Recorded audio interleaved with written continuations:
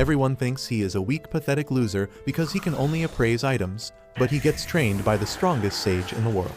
Ein is a useless loser who serves as the luggage carrier for two adventurers. While the playboy swordsman and the TikTok thought wizard fight a giant monster rat, he just stays behind and waits for his chance. The adventurers finish the rat soon, and then tell Ein that it is his turn to find something valuable in the corpse. They treat him like because of his job class appraiser, and Ein can't even complain because he knows that they are right. In his world, a child is given a job class by the goddess of light at the birth, while the goddess of darkness gives them a skill. The skill can be evolved after hard work and experience, but the job class never changes. At the top of the list, there are the rare jobs like strategists and generals that only a few people get.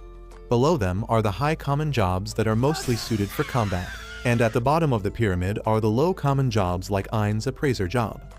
He thought he could make a fortune for himself by finding treasure during adventures, but he is just a lackey to the two adventurers now. He appraises the monster rat's body and learns that it is F rank, but its teeth are of D rank. He tries pulling them out, but he doesn't even lift, so he has no strength in his arms. He asks the swordsman Zord to help him with this, but the lashes out at him, telling him to do his job himself. He says that it is Ein's job to search the garbage for valuables, and if he can't do even that, he should not be in their party. He throws a stone at Ein's head, which makes him furious, but when the swordsman kicks him for staring at him, Ein acts like a cuck and apologizes. He has no choice but to tear apart the rat's corpse with his bare hands, while the two adventurers talk about him and his job class. They say that the only reason they allowed him to join their party is so that they didn't need to carry whole monster corpses to the guild to get them appraised, and he should be grateful to them for it. Ein knows that he has to keep working as an adventurer to get rich, so he swallows his frustration just like his uncle's yogurt. He keeps following Zord and the wizard girl Jeline, who suddenly find the corpse of a strong monster called the Hellhound. They think it is their lucky day because Hellhound parts can sell for a lot, and tell Ein to get to work immediately. He tells them that this setup seems suspicious because hellhounds are not even found on this floor, but they tell him to stop thinking about things above his pay scale. They push him to the corpse, and while he is dismantling it, they spot another corpse at a distance. They eagerly tell Ein to appraise it and take all the valuable parts from its body too. However, Ein panics because according to the map given to them by the guild, this section isn't safe. He tries to convince the swordsman that he is getting bad vibes about this whole deal, but the douchebag tells him to stop being a pussy if he wants to keep his job.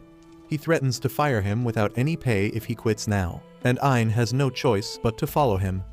Soon, they reach another part of the dungeon and hellhound corpses are just scattered around in front of them. Zord and Jeline think they walked in on a treasure trove, but only Ein realizes that they walked into a trap.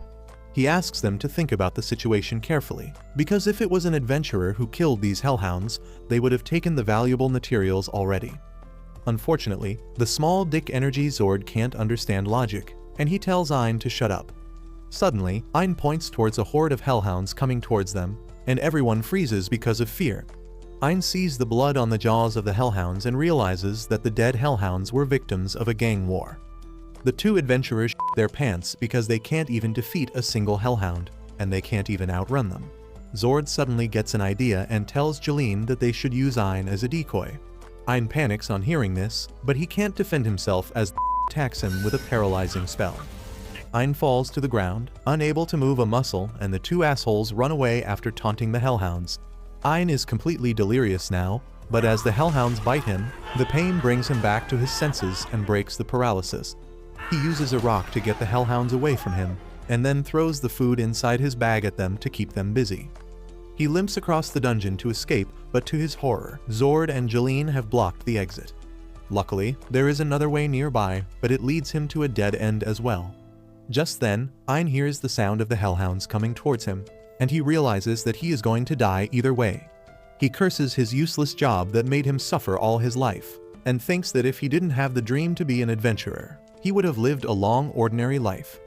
He realizes it is too late to regret things, and then decides to skydive from the cliff without a parachute because that would be less painful than being killed by the hellhounds.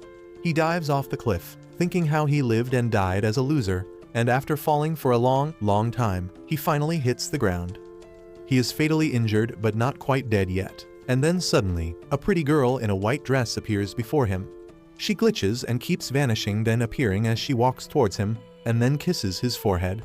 Ein barely sees a glimpse of her before falling unconscious, and when he opens his eyes again, the girl is not there. However, all his injuries have been miraculously healed, and he finds that he is in a small pool at the base of a giant tree. Ein tries to analyze the water to see if he can drink it, and he is dumbfounded when he finds that this water is an S-rank item called Yggdrasil drops that can instantly cure any injury or disease. He then appraises the giant tree and finds that it is Yggdrasil, or the world tree, that produces an infinite amount of mana. Ein is astonished to learn that, because the only world tree known to them withered and vanished a long time ago. The world tree was the only source of mana for all people, but even after it vanished, they could still use mana. This made the scholars believe that there were other world trees, and they tried hard to find them but never found any success. Ein still can't believe that the world tree was hidden in such a deep part of the dungeon. He realizes that the tree saved his life, and he gently caresses it while thanking it. He hears a soft moan, but there is no one around, so he thinks it was just his mind playing tricks on him. He then decides to take his chances and explore the dungeon so that he can find a way to reach the surface. He turns to the tree and thanks it one more time before going, and the girl from before tries replying to him, but words don't come out of her mouth. Ein heads into the dungeon, thinking that this place must be really difficult to cross because even the guild has not reached so deep. He still keeps moving ahead because he has no other choice. He doesn't encounter any monster for a while and lets his guard down, and then suddenly, a swift attack cuts his ear off, turning him into Van Gogh. Ein panics, but before he can do anything, another swift strike cuts his fingers. He then finds an S-rank monster in front of him, who doesn't have much attack power, but his speed is extraordinary. The monster doesn't even give Ein the chance to run away as it launches rapid slashes on him. Ein tries to crawl to the tree again, and the monster almost stabs him, but then he stops.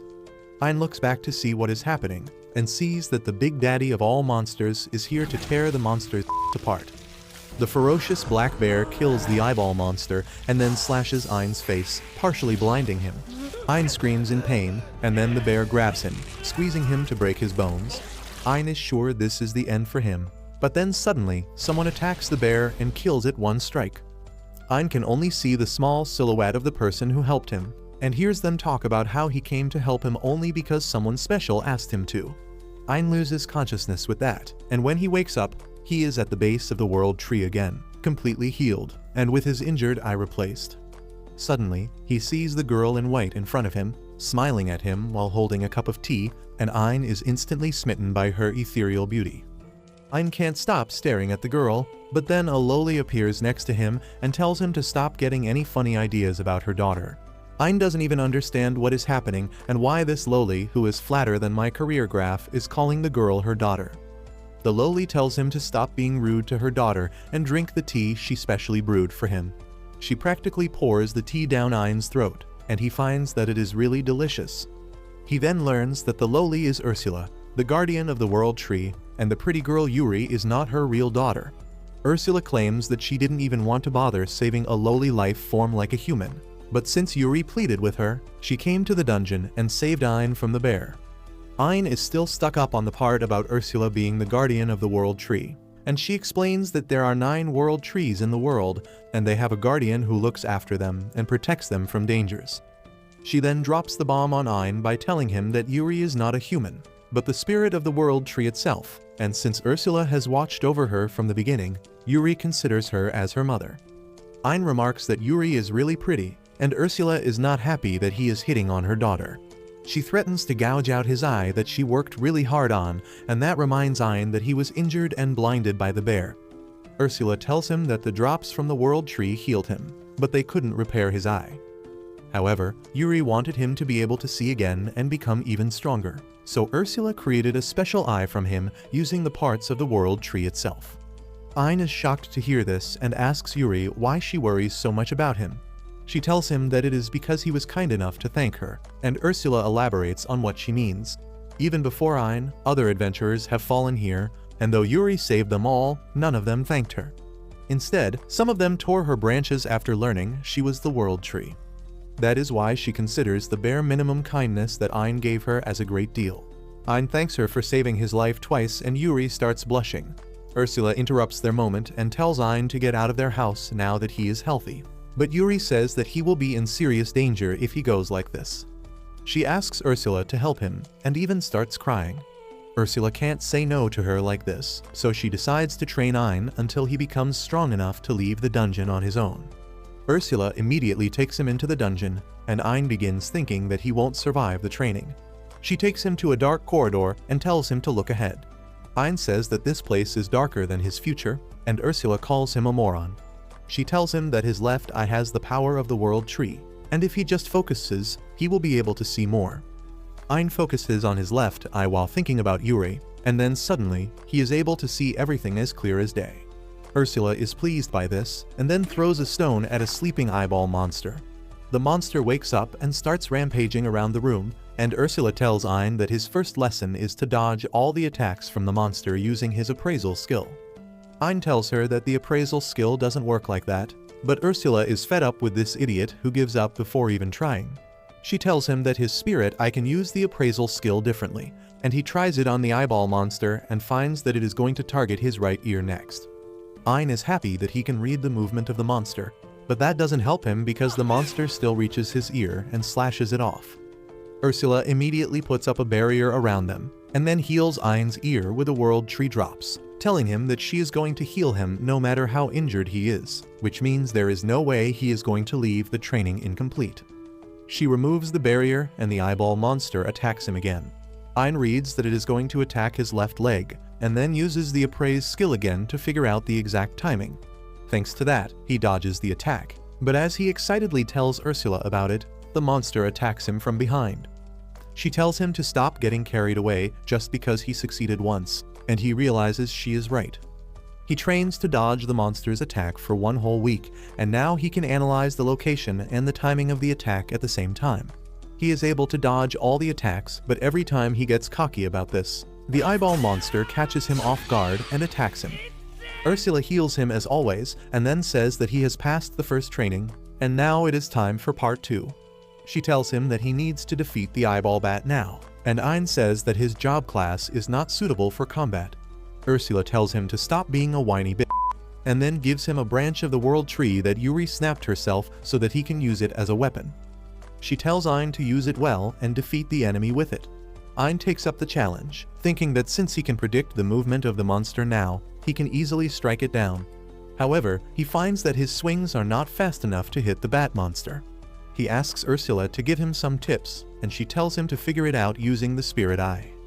Ein decides to focus fully on the trajectory of the monster, and then suddenly, he is able to use an advanced version of his appraisal skill.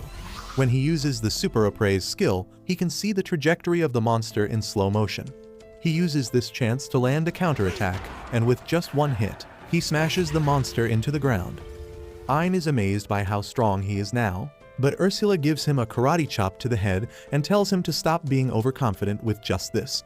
She gives him his next task, which is to defeat all the eyeball bat monsters on this floor, and Ein manages to do it sooner than Ursula expected.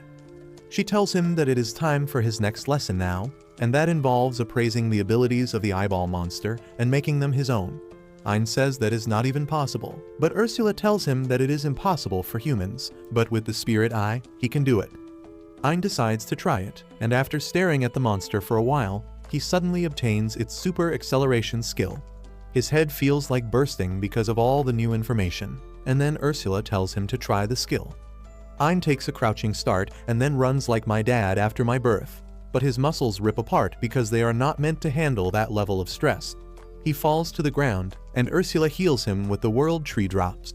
She tells him to keep running till he drops, and she will heal him.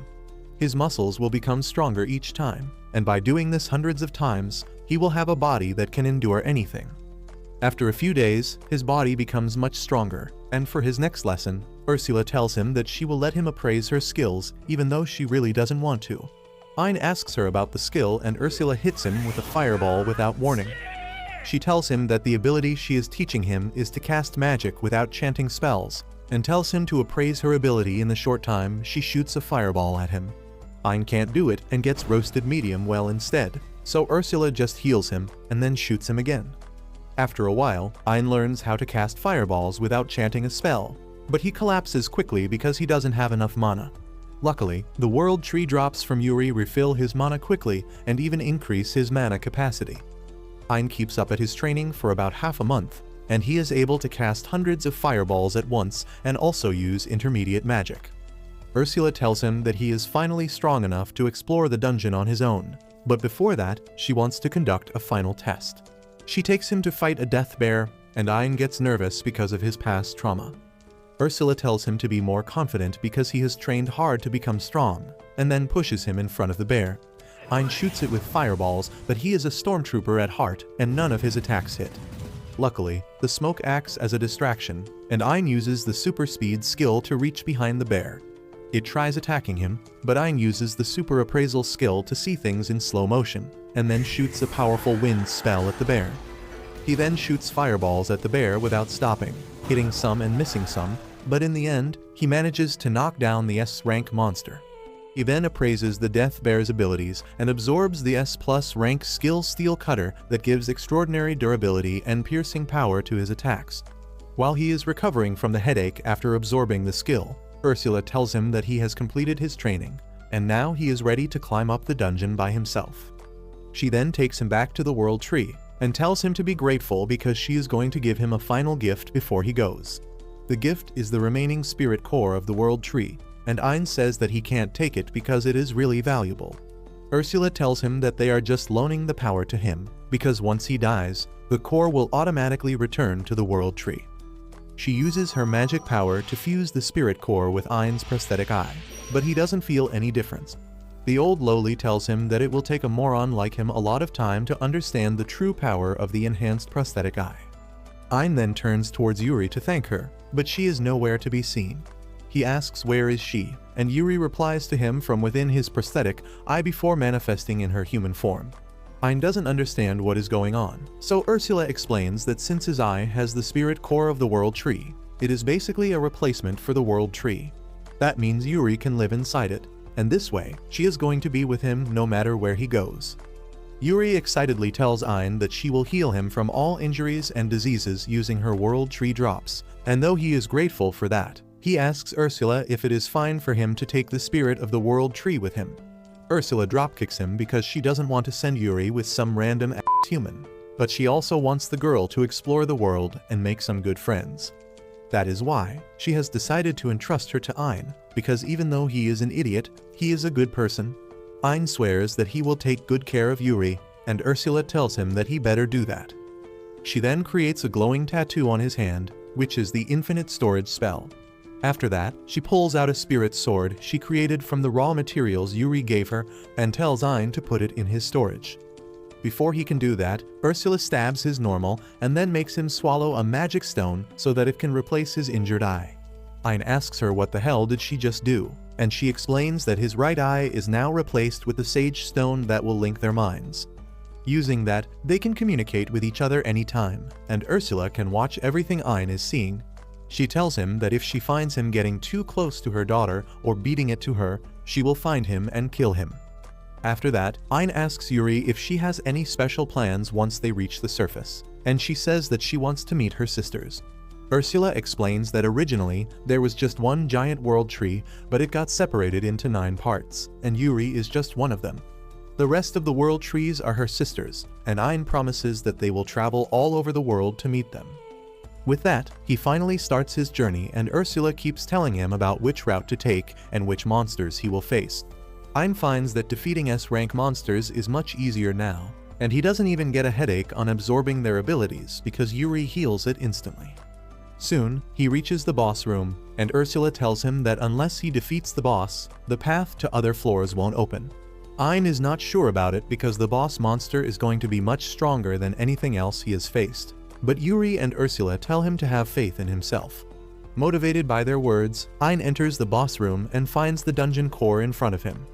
Suddenly, a summoning circle appears on the ground, and from that emerges a giant stone golem. Ein tells Yuri to get back inside his eye, and then rushes towards the golem. He avoids the first attack easily, but then the golem throws a powerful punch at him. Ein uses another one of his acquired skills to turn his hands as hard as steel, but the effect of the punch rips apart his leg muscles. Yuri heals him on the spot, And then he uses the dissolving poison skill he got from killing a giant snake to melt the golem's hand. That makes the golem really furious, and it begins to recklessly attack Ein, who somehow escapes from its rampage and hides behind some rocks. He realizes that he can't get close to the golem now, but then Ursula tells him to use the ultimate spell she taught him because he has enough mana for that now. Ein decides to act on her advice and immediately uses the ultimate magic Nova Strike on the golem, hitting it with the power of a meteorite and melting its body. He can't believe that he can do this now, and then Yuri comes outside his body and starts healing him. Ein holds her hands as he thanks her, and Yuri starts blushing. That doesn't sit well with Ursula, who tells him to focus on appraising the golem's remains. Ein appraises the golem's body and gets some high-level defensive and offensive abilities. Ursula tells him that he can also appraise the dungeon core, and Ein is not certain if that will be safe. Just then, Ursula teleports near him and appraises the dungeon core for him. She finds that it is similar to the spirit core of the world tree, and uses it to strengthen Ein's prosthetic eye. She tells him that he can defeat more dungeon bosses and use the core to improve the power of his spirit eye, and that will make him even stronger. With that, the three of them exit the boss room, and the doors close after them. Ursula says that since the dungeon core has vanished, the dungeon is effectively sealed off now. That means the path to the world tree has been shut down, and even the hole through with Ein fell must have been sealed. She says that now no one can reach the world tree, and that means she doesn't have to stay behind to protect it. She decides to come along with Yuri and Ein, and soon they reach the surface. Meanwhile, in a bar in the city, the swordsman Zord is out drinking with some fellow adventurers. He tells them the story of how his party was surrounded by hellhounds in the dungeon, and they didn't think they would make it out alive. But then he twists the facts and says that it was Ein who decided to sacrifice himself to save others. He begins acting like he is deeply grateful to Ein to get some sympathy from other adventurers. But as he sees Ein standing behind him, he spits out his drink. Zord asks him how the hell is he still alive, and when Ein tells him that he simply defeated the monsters, he refuses to believe that. The other adventurers tell Zord that he should be happy because his savior is alive, but Ein tells them that he was lying just now. He reveals that Zord and Jalene paralyzed him with magic and left him to die at the hands of the monsters. This makes all the adventurers furious, and they start throwing anything they can grab at Zord. However, Ein stops them, because despite everything, Zord was the only person who took him in his party. He thanks the asshole for everything and then walks away, surprising everyone in the inn because his personality has done a 180. After that, Ein, Yuri, and Ursula begin to explore different dungeons, defeating the boss monsters and absorbing the dungeon core. They keep looking for the world tree inside those dungeons, but even after a couple months, they can't find anything. As they are returning from one such dungeon trip, they hear some screams and immediately rush to the scene to find some monsters attacking a carriage. Ein quickly kills the monsters and absorbs their abilities, while Yuri and Ursula heal the injured soldiers. Ein then goes to check on a pink-haired girl in the carriage, who falls in love with him at first sight and clings to him, calling him the hero. Ein is confused and embarrassed by this, but then he learns that the girl is Claudia, the third princess of the kingdom, and the man with her is Jasper, the leader of the merchant guild. The princess invites Ein and his group to her palace to thank them, and after that, she gets ready to pounce on him. However, Yuri gets in between them and declares that she is Ein's wife. Ein is shocked to hear that, but the greater shock comes when Claudia casually says that she is happy to become his second wife.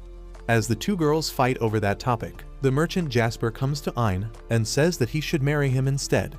Ein freaks out at this because he never thought he would be equally attractive to men and women, but Jasper says that he has some special reason for that. He then leads Ein and others to his treasury, explaining that he likes to collect valuable gemstones, and Ein's left eye is a spirit core, the most valuable of them all. Ein is shocked to learn that Jasper has found out his secret, and then the merchant tells him the legend about the original world tree exhausting all its power to seal the demon lord and then vanishing from the earth. He says that he has been looking for its spirit core for years, and now that he has found it, he wants to keep it with him forever. Ein wants to refuse him because he is straighter than a ruler, but Ursula tells him that Jasper has money and also information about the world tree, so he can use his help to find other world trees. Ein reluctantly agrees to get close to him, but says that they will only be friends in the beginning. Jasper has no problem with that, and he tells Ein that one day he will surely be a proud member of his harem. If you liked this video, please consider subscribing and watch the video on your screen next.